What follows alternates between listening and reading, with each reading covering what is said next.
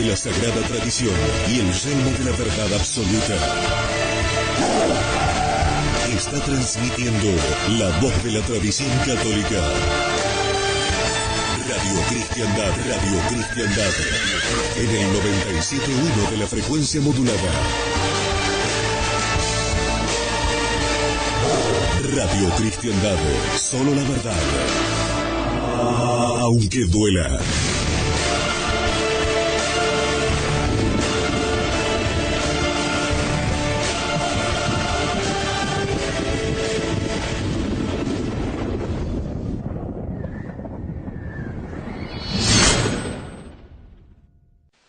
En nombre del Padre, del Hijo y del Espíritu Santo. Amén.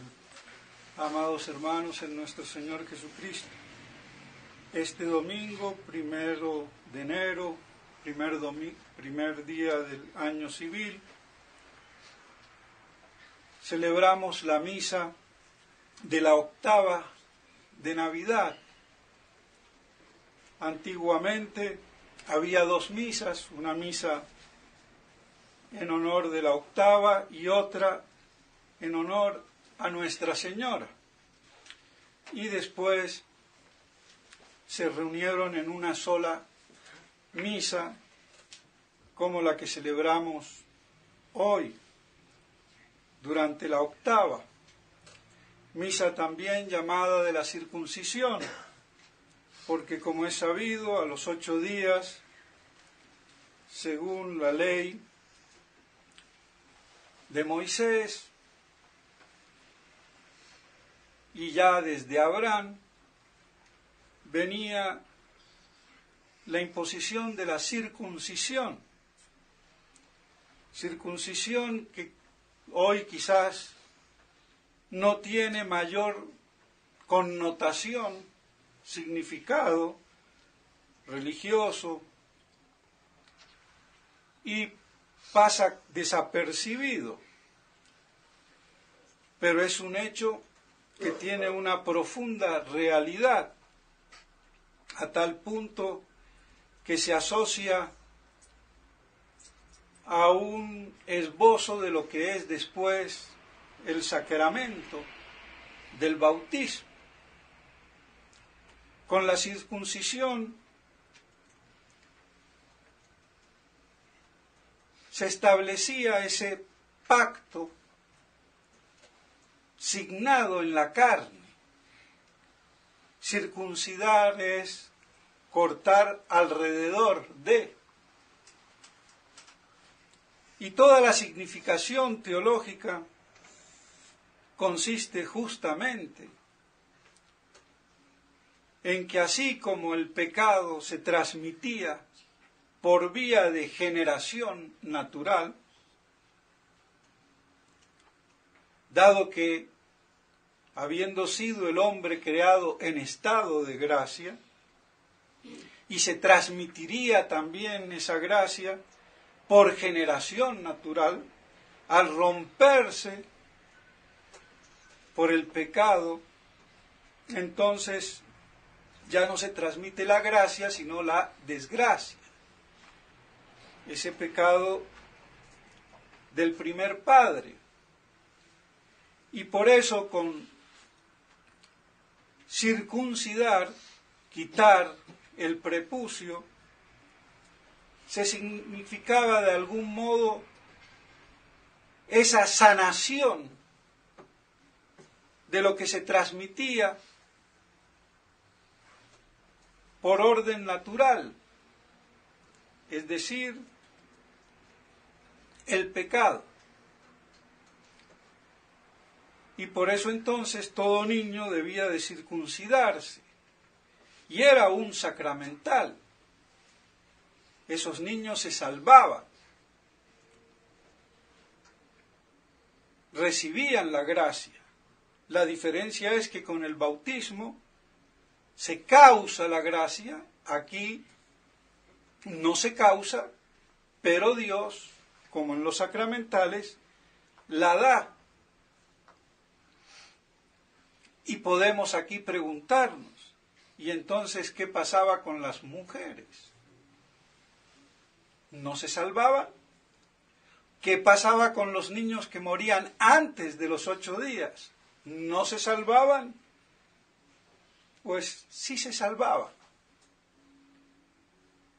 La circuncisión vino a establecer de un modo ritual preciso lo que antes de ella se producía de un modo impreciso y no formulado por la oración de los padres,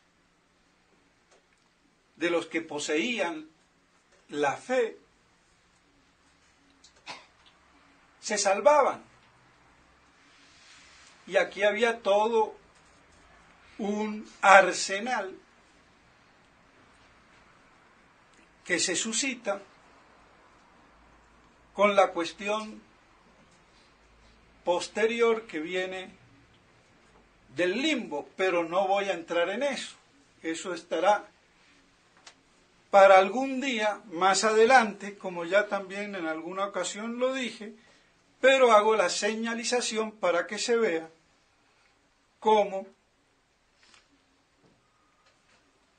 se salvaban esos niños por la circuncisión. Las niñas no se circuncidaban, pero también se salvaban. Y antes, porque Moisés es el padre de todos los que tienen la fe. Él recibió la fe antes de ser circuncidado. La ley de la circuncisión vino con Moisés, 400 y pico de años después. No es por la ley, es por la fe. Y esa circuncisión era un signo firmado en la carne, si se puede decir así, y con sangre, de ese pacto que se hizo con Abraham y ahí de su descendencia carnal, ese pacto por él ser el padre de los que creen, tanto sean circuncidados o no. Entonces vemos cuán amplia es la cuestión. Y así entonces le promete ser padre de la muchedumbre. Eso quiere decir Abraham. Antes se llamaba Abraham, padre excelso, y después padre de la multitud. Es decir, de todos aquellos que tienen la fe. Y por eso es también nuestro Padre, aunque no seamos del linaje de David, ni de los judíos, ni descendamos de Abraham por la carne. Tanto mejor si fuera así, teniendo la fe, por supuesto. Pues bien, así entonces ese pacto queda señalado, escrito, no en papel, ni en libros, sino en la propia carne, en la circuncisión. ¿De esa fe en qué? ¿En quién? En el Mesías, en el saludador, en el Salvador, en Yeshua, en Jesús, que eso quiere decir el nombre Jesús, Salvador, el saludador. Y vemos cómo nuestro Señor se somete a la circuncisión, prueba que se encarnó, que no es un espíritu volátil, como decían algunos herejes, sino la realidad de su encarnación y del linaje de Abraham. Entonces, con esto tenemos el motivo por qué se sometió a la circuncisión y cómo derramó su sangre. Hubo efusión de sangre y sin embargo no es el sacrificio. aunque muchos autores espirituales y muchos teólogos dicen, hubiera bastado esa sangre para redimirnos, sí, y nos hubiera podido también redimir sin sangre. Él quiso morir en la cruz derramando su sangre por una locura exuberante de su amor. Pero pudo redimirnos de otro modo. Pero lo quiso hacer del modo más eficaz y emblemático de demostrar el amor, que es justamente dar la vida por el ser amado. Porque la vida es lo más preciado. Por eso el verdadero amor es, en cierta forma, la renuncia total de sí mismo en la entrega del otro. Y si yo le entrego mi vida, ¿qué más puedo entregar y dar? Pero sin embargo, eso no es el sacrificio. Porque no cualquier efusión o derramamiento de sangre constituye el sacrificio de Cristo en el Calvario. Esto hay que entenderlo muy bien. Y viene a cuento precisarlo. Porque los teólogos y las escuelas, no entendiendo bien esto, han hecho 1000 teorías que han volatilizado la esencia del sacrificio. Y incluso a obnubilar, a eclipsar la fórmula sacramental de la doble consagración sacrificial que se opera en la Santa Misa. Y estos no son cosas discutibles, aunque las discuten por la estupidez teológica del ser humano cuando no capta la realidad de las cosas. Y esto no es un problema de hoy, es de años. Entonces, no es la simple efusión, sino la efusión sacramental. Si yo me corto un dedo, o hacen una cirugía, o tengo un accidente, sí, hay efusión, pero no hay sacrificio, no hay inmolación, que es muy distinto. Entonces sí presagia, de algún modo representa, simboliza lo que va a hacer en la cruz. Pero no es el sacrificio del Calvario. Y por eso, en la Santa Misa, son necesarias absolutamente todas las palabras de la consagración que están expresadas en la consagración del vino. Porque no basta la doble consagración que opera la transubstanciación. No es solamente ese tránsito del paso de una sustancia de pan y divino en la sustancia del cuerpo, alma, divinidad, sangre de nuestro Señor.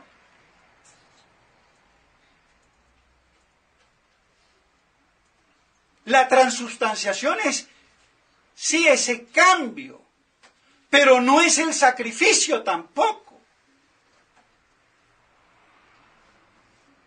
Porque nuestro Señor puede producir la transubstanciación y no haber ningún sacrificio. Es la transubstanciación en la separación de la sangre y de la carne que expresa la muerte. Y esa expresión de la muerte tiene que estar connotada, significada, no solamente con los actos, doble consagración, sino de las palabras que significan la doble consagración y la separación de la sangre del cuerpo que expresa la muerte. Entonces es una efusión sacrificial, transubstancial, y no una pura o mera efusión, ni una pura o mera transubstanciación. Y esto no lo han entendido durante siglos. Es lamentable. Y por eso, cuando viene la gran crisis que sacude los estamentos de la fe, que sacude lo más sagrado, el testamento de Cristo sacramentado, la Santa Misa, entonces nos quedamos con una teología a medias, deteriorada en las escuelas filosóficas y teológicas de la cristiandad. Y así tenemos aberraciones que nos llegan hasta hoy. Son suficientes solamente, por ejemplo, las primeras palabras de la transubstanciación o de la consagración del cáliz. Y no, Señor. Son necesarias todas. ¿Y por qué? Ahí está. Por todo lo que vengo de explicar. Que yo no solamente tengo que transubstanciar pan y vino separadamente, sino también significarlos con las palabras, y esa significación no de una pura transubstanciación, sino de una efusión o separación, derramamiento de la sangre de Cristo, y no cualquier derramamiento de Cristo como el de la circuncisión o de cualquier accidente que pudo haber tenido en su vida, sino el de la cruz. Y esto no lo han entendido los teólogos que se dicen católicos. Y hay que decirlo, hasta el mismo venerable y benemérito Monseñor Lefebvre, por seguir la corriente de la opinión común de los teólogos deteriorada. Y esto no lo dijo tampoco ni Monseñor de Castromayer, ni lo dijo el padre Barbará, ni nadie. Aquí todos se comieron el cuento por la mala formación que tenían, que viene desde hace siglos. Porque no entendieron de que se trataba de una efusión, y no de cualquier efusión, sino la derramada en la cruz. Porque si no sería también igual de sacrificio, porque era la misma sangre de Cristo la de la circuncisión. Ahora, ¿cómo no se dan cuenta de estas cosas elementales? Por el orgullo humano, que no se somete a la sabiduría divina y a la expresión de esa sabiduría divina en la teología en Santo Tomás y algunos de sus medio discípulos. Porque hablando en ley, parece que Santo Tomás discípulos al 100% no tuvo.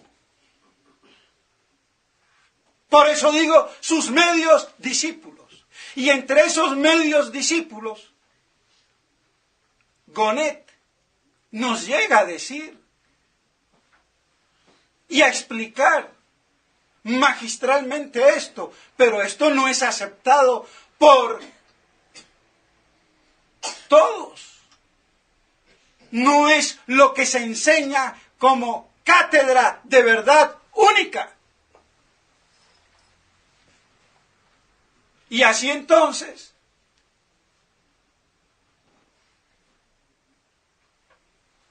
se conforman, como se conformó Monseñor Lefebvre, con la opinión común, corriente, deteriorada. ¿Bastan o bastarían las primeras palabras?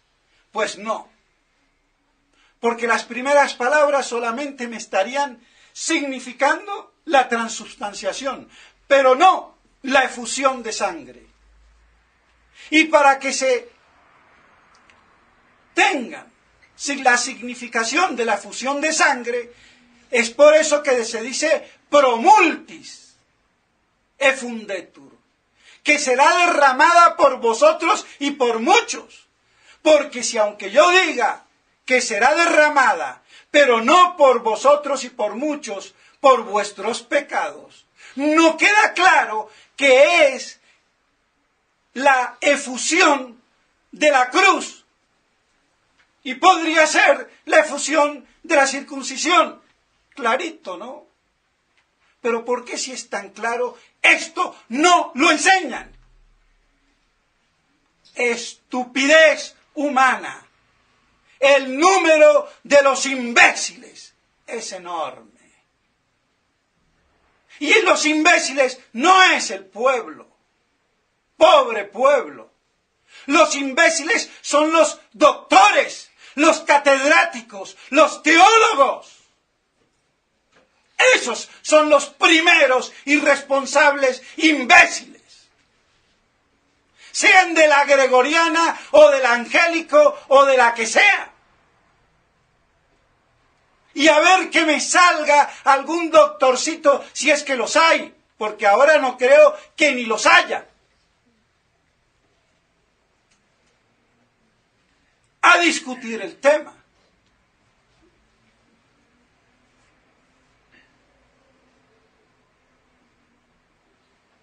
Pero así vemos cómo se deterioran las cosas por no tenerlas claras. Con la ayuda y la gracia de Dios, con la ayuda de Santo Tomás. Y en el nombre de Santo Tomás hacemos chicha o limonada y da lo mismo. Por eso Monseñor Lefebvre no tuvo el instrumento teológico preciso para decir que la nueva misa era inválida.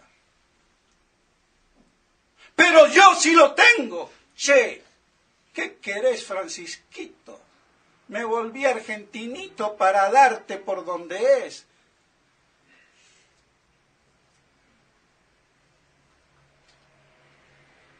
Por eso son necesarias todas las palabras.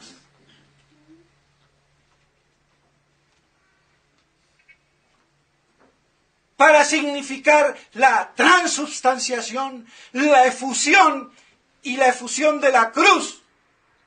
Y como Cristo murió en la cruz por nuestros pecados, entonces que será derramada por vosotros y por muchos. Y si yo cambio eso, invalido la misa.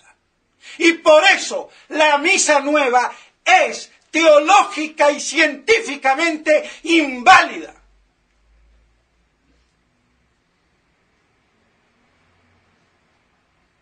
Aunque no lo haya dicho Monseñor Lefebvre ni Monseñor de Castromayer, porque no podían, no tenían la estructura teológica precisa.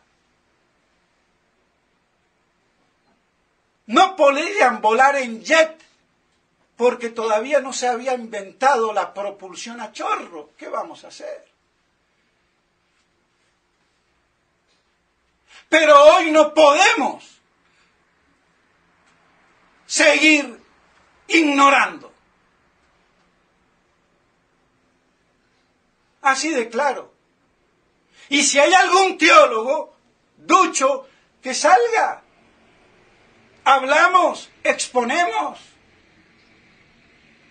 con altura e inteligencia teológica.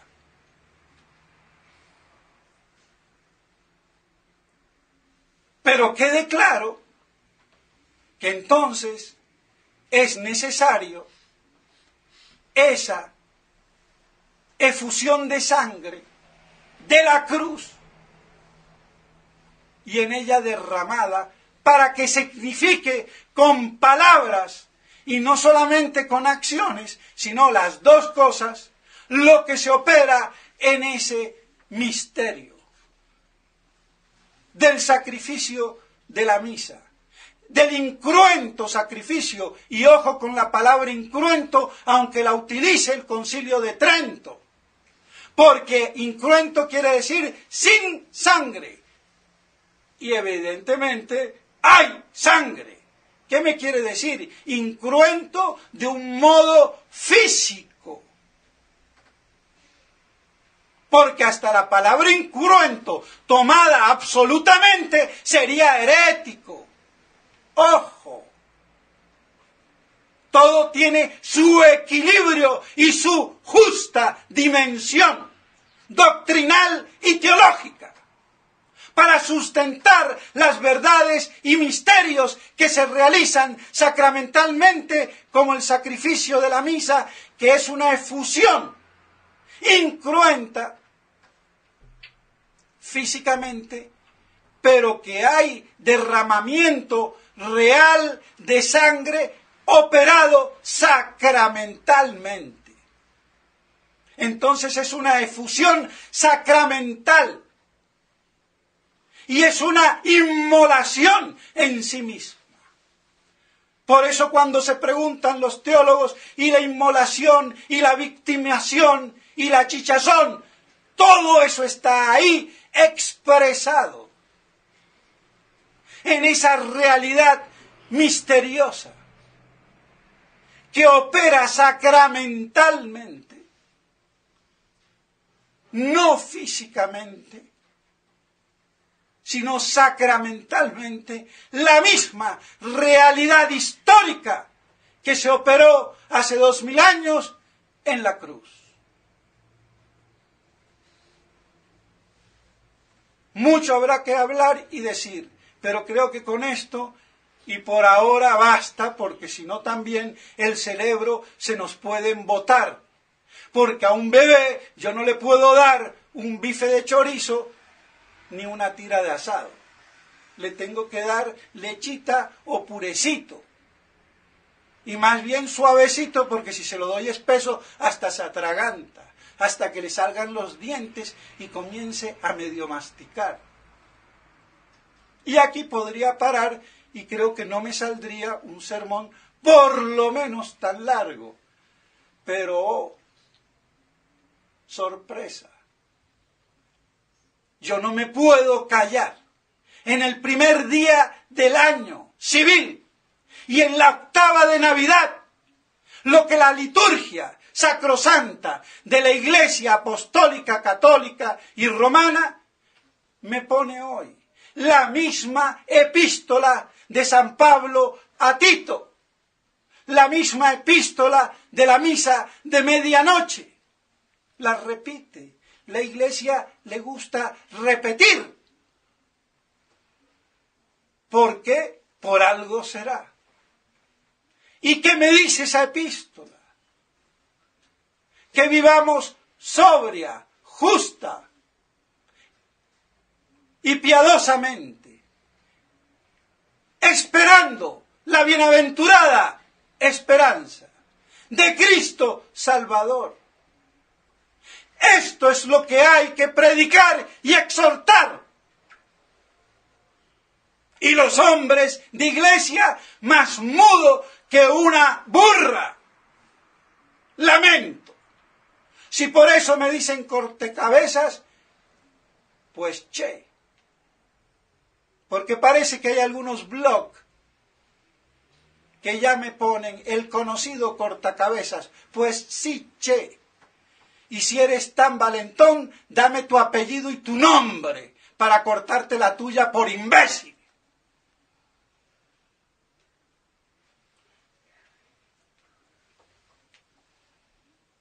Porque no se puede manosear la verdad, no se puede manosear la teología. Y si yo no estoy a la altura, me callo. Pero es que estos se han creído que es fácil. No, señor. Por eso es que no hay quienes defiendan doctamente la cuestión y la zanjen doctrinalmente. Y todo queda ahí, en veremos, en más o menos. Y la religión se vuelve un chicle. Lo estiro para el lado que más me convenga. Y todo se vale. Mayor liberalismo no puede haber. Y eso es lo que ha podrido al clero. Porque no ha sabido asumir de una manera viva la pureza de la doctrina teológica.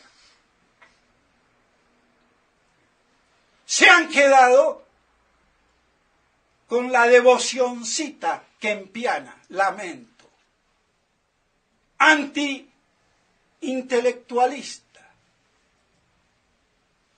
Las disputas teológicas son vanidad, sí, la de los imbéciles, pero las disputas teológicas para esclarecer la verdad en la doctrina de la Iglesia expuesta por Santo Tomás, no.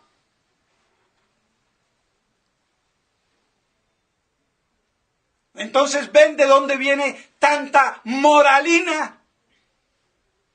Por pura piedad, sin doctrina. He ahí el problema. Entonces, claro está, con la epístola de hoy, ¿quién lo dice? Primer día del año civil, octava de Navidad, y me habla de la parusía, que es esperar, la bienaventurada esperanza. Sino la parusía de nuestro Señor, su presencia real, su presencia como Señor y Rey del universo, con todo el poder y la gloria de su divina majestad. Y que ese reino venga a nosotros. Que venga a esta tierra. Para que haya un solo rebaño bajo un solo pastor. Habla mucho de Cristo Rey, pero de un Cristo Rey de Hollywood, de novela, pero no del Cristo glorioso y todopoderoso que viene a aplastar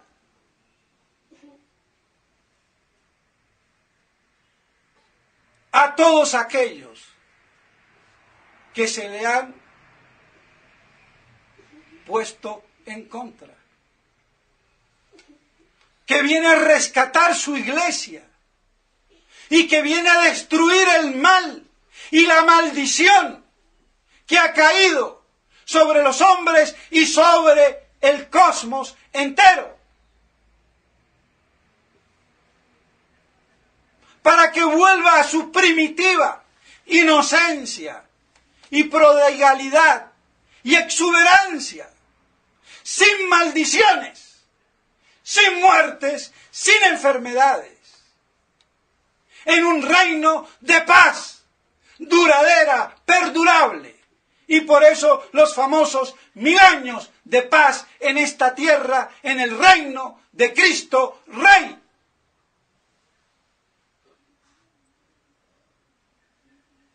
¿Quién predica eso?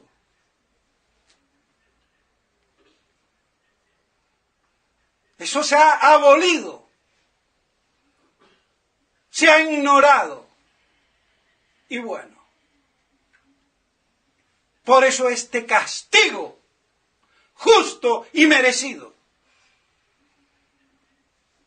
Así que, mis estimados hermanos, es la Iglesia la que me pide que en plena octava de Navidad yo me vuelva parusiaco, me vuelva apocalíptico y espere la bienaventurada esperanza. Esa bienaventurada esperanza que Santo Tomás, comentándola,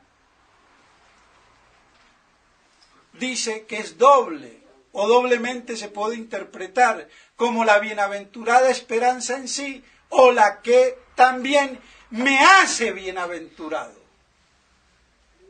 Y yo digo las dos cosas.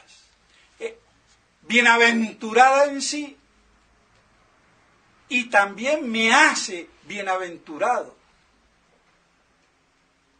Porque es justamente la esperanza que me hará mantenerme de pie en esta hecatombe apocalíptica de destrucción del mundo y de la parte humana de la Iglesia, que en su divina jerarquía humana está destruida. El estamento jurídico, institucional, que deriva de Pedro, está roto, rompido, para decirlo a lo bruto. A ver si hablando en bruto, los brutos, y no ustedes, sino los que no quieren entender, no les entra. A ver si le rompemos los oídos.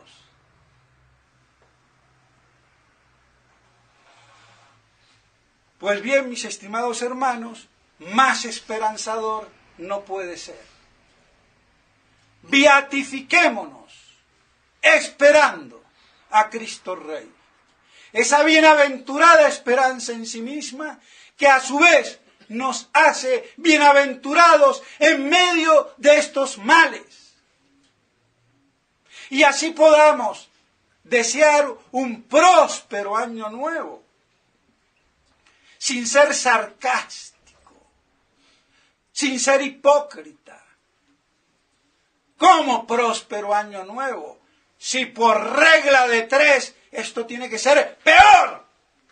Y bueno, peor humanamente hablando, pero mejor sobrenaturalmente hablando. Porque entre más se agudiza el mal, más cerca está la bienaventurada esperanza.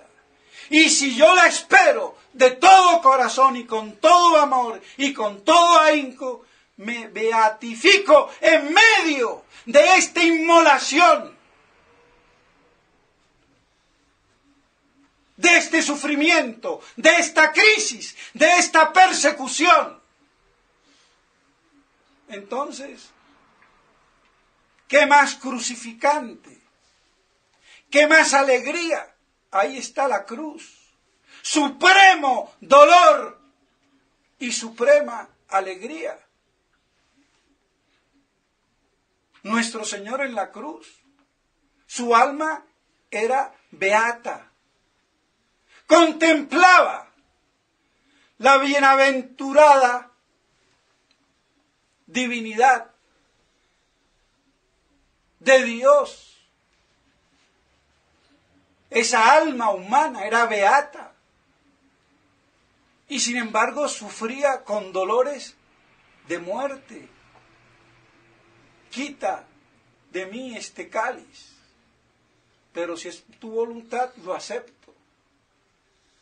Entonces, esperando la bienaventurada esperanza, nos asimilamos a lo que Cristo hizo en la cruz.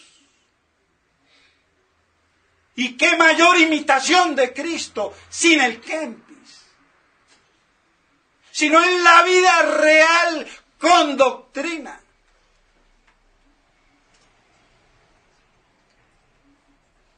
Entonces podríamos decir en un verdadero Kempis, no nominalista, no voluntarista, no gnóstico.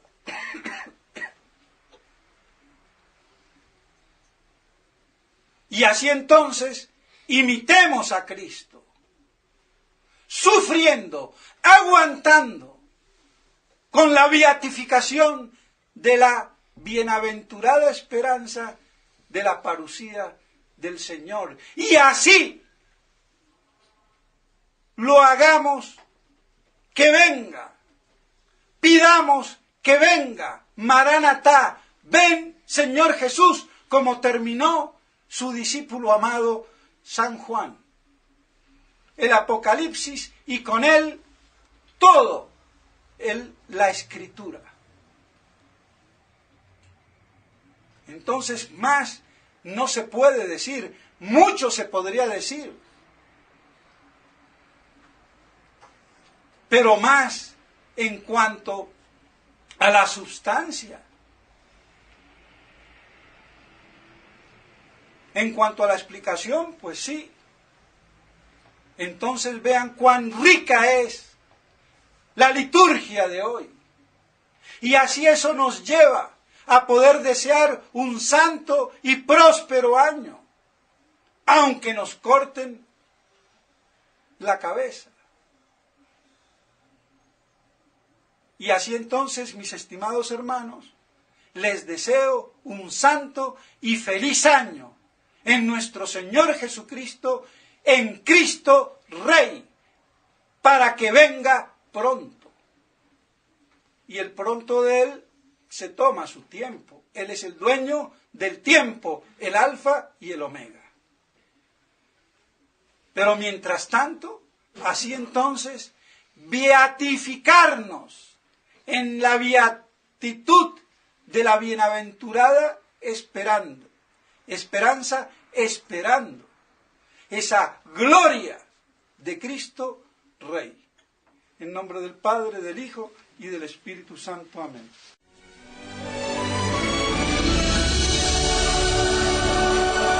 Esta es Radio Cristiandad, la voz de la tradición católica. Luchando para que Cristo reine.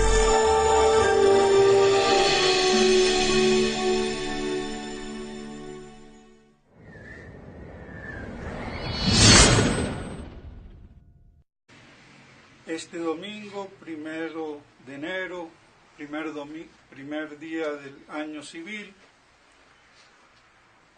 celebramos la misa de la octava de Navidad. Antiguamente había dos misas, una misa en honor de la octava y otra en honor a Nuestra Señora. Y después se reunieron en una sola misa como la que celebramos hoy, durante la octava. Misa también llamada de la circuncisión, porque como es sabido, a los 8 días, según la ley de Moisés,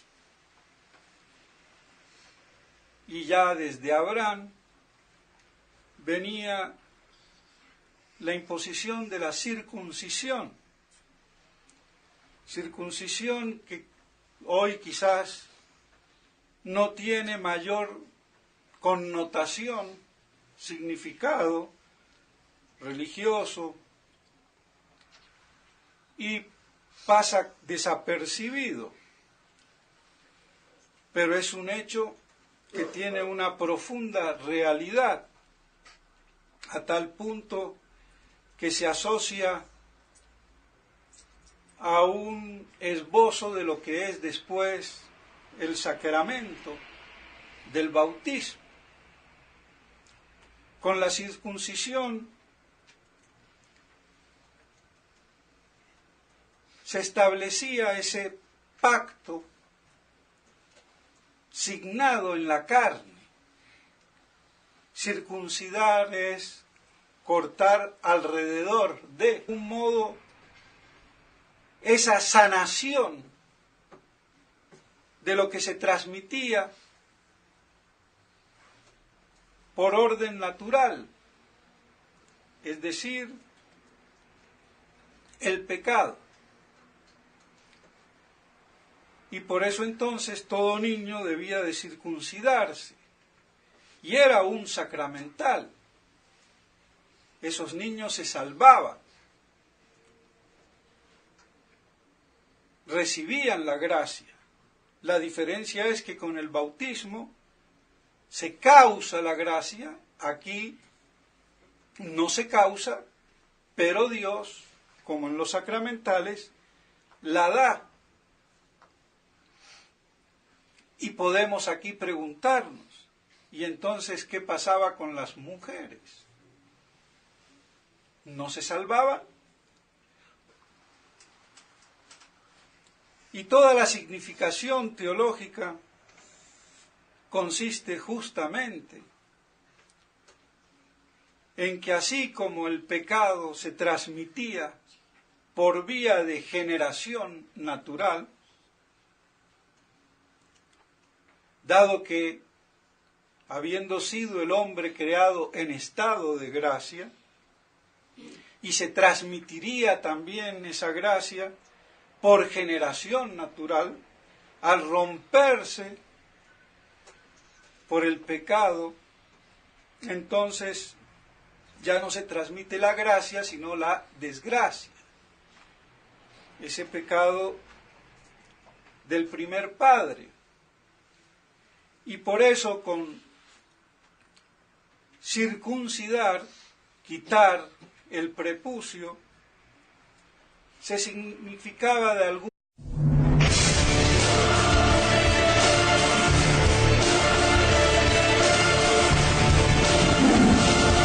con la espada de la sagrada tradición y el yelmo de la verdad absoluta.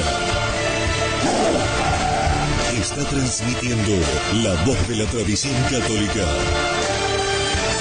Radio Cristiandad, en el 97.1 de la frecuencia modulada. Radio Cristiandad, solo la verdad, aunque duela.